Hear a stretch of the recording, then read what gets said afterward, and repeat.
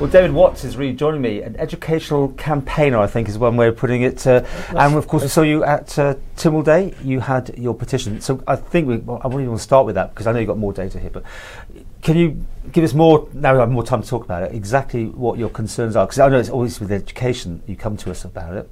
What were you going up the hill for? I've done a recent article on secondary schools, Paul. You've interviewed me in the past over primary school attainment here. My findings from the secondary school was the catalyst to make me go up in person on the hill, and I've asked for a select committee to investigate the academic standards of our schools, both at primary and secondary level. I want to look at the key performance indicators. There's a section of the Education Act which I believe is not being met, and it's crucial, i.e. some children are being made to tread water. And I also want to look at how viable and cost effective and what the value is of the department's education improvement service. Okay, you two have had your issues before. Have you, going back to what we've done in the past, did you ever get anywhere? Did you get your meetings? Did you get your data that you wanted from them and all that sort of thing? I get the data from them tortuously through freedom information requests. They play a game of making me wait 20 days, and then often I have to go to review to get further information, but I've got it. You last interviewed me in December, and we did that postcode lottery paper. That has had 10,500 downloads from the Positive Action Group website. So I think that's a lot. That's a lot, isn't it? Concerned parents, I mean. Well, concerned parents, people seeking to relocate to the island, because they can compare standards from the UK, anywhere in the UK. Well, if I move to the Isle of Man, what sort of education is my child going to get? There's very little information from the department out there. So it's still no meetings going on. You no are meetings. Freedom of information requesting it each time. I'm doing it each time, and I've written to every MLC, every MHK with my findings each time. Very few of them reply, and if they do, it's just a cursory courtesy note. Absolutely radio silence from Hamilton House and the political members, Hooper, Corlett and Krajine, of course. Okay, why? Why won't they talk to you? Or I should be asking them, of course. And maybe you'd like to come on, Mr. Krajine. I would welcome if you could facilitate a head-to-head debate, open, honest debate. I'm a parent. I care about education standards. I'm sure Mr. Krajine cares about educational standards. We probably just differ in the way we do it. But there is a growing momentum of parents out there who are going increasingly disillusioned with the education standards. And we've seen a large number of private tutors flourish now in the island. We've just got a new centre open in Castletown, the heart of Mr. Krajine's constituency. Could you come vexatious for your freedom of information? Because they've got this thing now, the opt-out. If you get too many going in or something... I would challenge them on vexatious straight away. I would love them to actually accuse me of being vexatious. Okay. I'd say bring it on. Right. Let's deal with some number crunching here, and we can do some cutaways of this, and I think this will be on the PAG site as well. It'll be on the PAG site. There's a paper there called Bog Standard Comprehensives. Bog Standard. And that's a question mark with the title. So I'll put all the data out there. I've tracked every secondary school's performance over the last 3 years at GCSE level, and I've looked at those that have actually got a pass. Now, by a pass, I mean an A star to C. But they go down to G, don't they? The government statistics. They all publish statistics, and they'll show something like a 99% pass rate. But they're including level 1 qualifications, i.e. a grade D to a G. Now you need 6% to get a G. Is that a pass? 6%. Right. Let's get real. To get a C, Paul, which is the old traditional pass, in the Welsh Maths Board, for instance, you only need 21%. So you don't exactly have to be Stephen Hawking here, do we? No.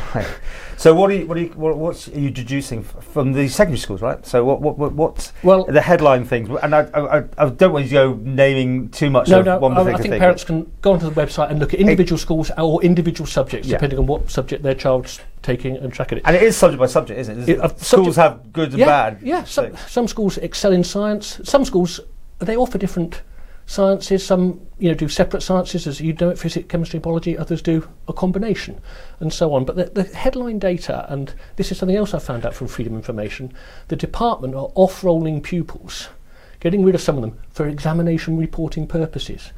Hang on, just run that past me again. They're offloading. They're offloading pupils. 75 pupils disappeared last year. I submitted a Freedom Information request asking how many pupils completed Year 11. Yeah, I got at each school. I got the answer. Another individual submitted a Freedom Information request, and the answer came back different for each school. So a review was put in saying there are 75 pupils.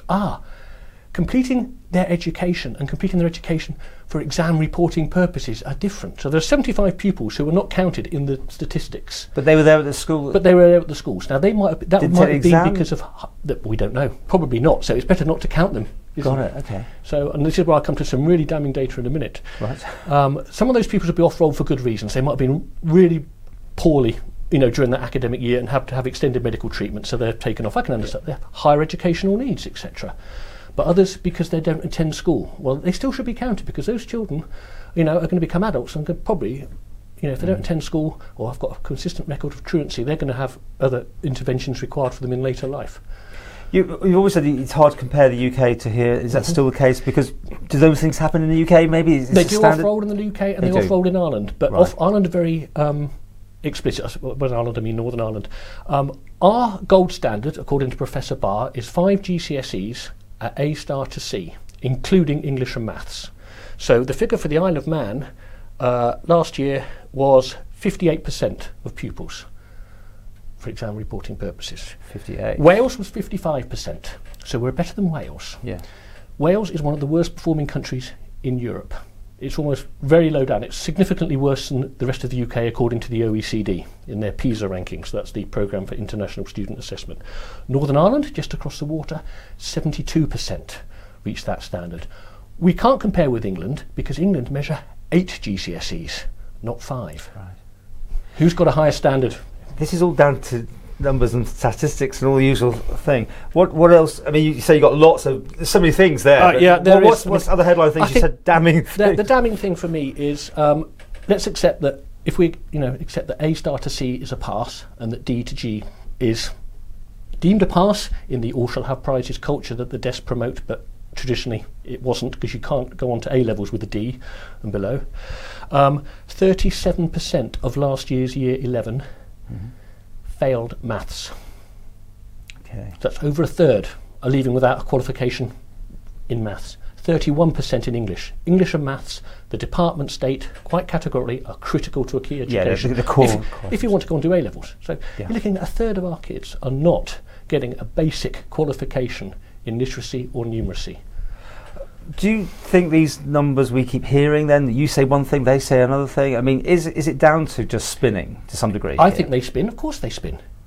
This is why I've put this data out there, and I've done it in very great detail, so parents can form their own opinion. Parents are clever enough. They're obviously going to the primary postcode lottery paper that I've written and assessing it. They can see the size of the classes from my data. They can see if it's a change of exam board, and that's one thing. Of course, the one thing we can compare now is last year all the schools had to take the Cambridge examination board, whereas before they would shop around, and so you could get different pass rates depending on which board you took. And history is a classic example. If you look at that, the varying rates, how that's changed over the three years, and now.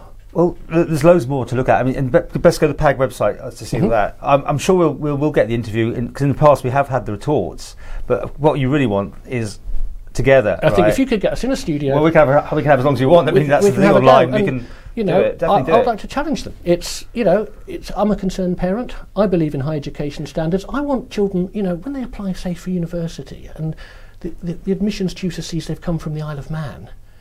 My God, that's got a really cracking education system. A bit like the grammar school counties in England, like your Wiltshires, your Essex, Kent, and so on. And my ultimate aim, where I take this forward, is I'd like to write a good schools guide for the Isle of Man. Now, there's something the department could engage with me. What? So a yearly publication with all the performance data and extra data. See, the department have so much more data. It's such a tortuous process going through freedom of information. It takes me ages, takes me a while in my little garret in Castletown to compile it all. But they could do it like that. Something, I mean, again, when you go back and look at this, you see clearly some teachers are better performers than others as well. I mean, should the schools be worried when they see certain subjects aren't getting anywhere near the right amount of passes? We should, yeah. I mean, there are some outstanding faculties out there. Yeah. But there are some ones that are consistently low. I'm particularly concerned about some of the design and technology departments in some of the schools. They're getting pass rates of around about 20%. And some of the class sizes are quite small, so you'd expect a lot of attention per pupil. Yeah. But parents can make their own mind up. I'm not going to preach to them. I'm not a... No. Well, good luck with your petition anyway, the grievance dolence thing, because obviously you hope that MHK might pick it up. I hope so, but I think hell will freeze over before anyone picks that up, Paul. I really so you'll be do. Back next year? I'll be back next year looking at other things, other issues with education. Okay. And let's hope we welcome you in the studio, or we can do it somewhere. Who'd you like, Mr. Cragine, presumably? I'd like Mr. Cragine, yeah. Yeah. But, let's have an open, frank discussion about some of the data out there. Let's actually... There was a former Labour MP called Frank Field, who might even still be an MP, was told to think the unthinkable. Well, I think we've got to start biting the bullet here with our education system. It's one of the fundamental issues whenever it comes to a general election. Health, the economy, education. It always is. It's emotive. People care. I think the evidence is out there. People are caring about it, and people are getting very, very worried about some of the standards that some of our schools are doing. Equally, let's promote and celebrate those that are doing really well.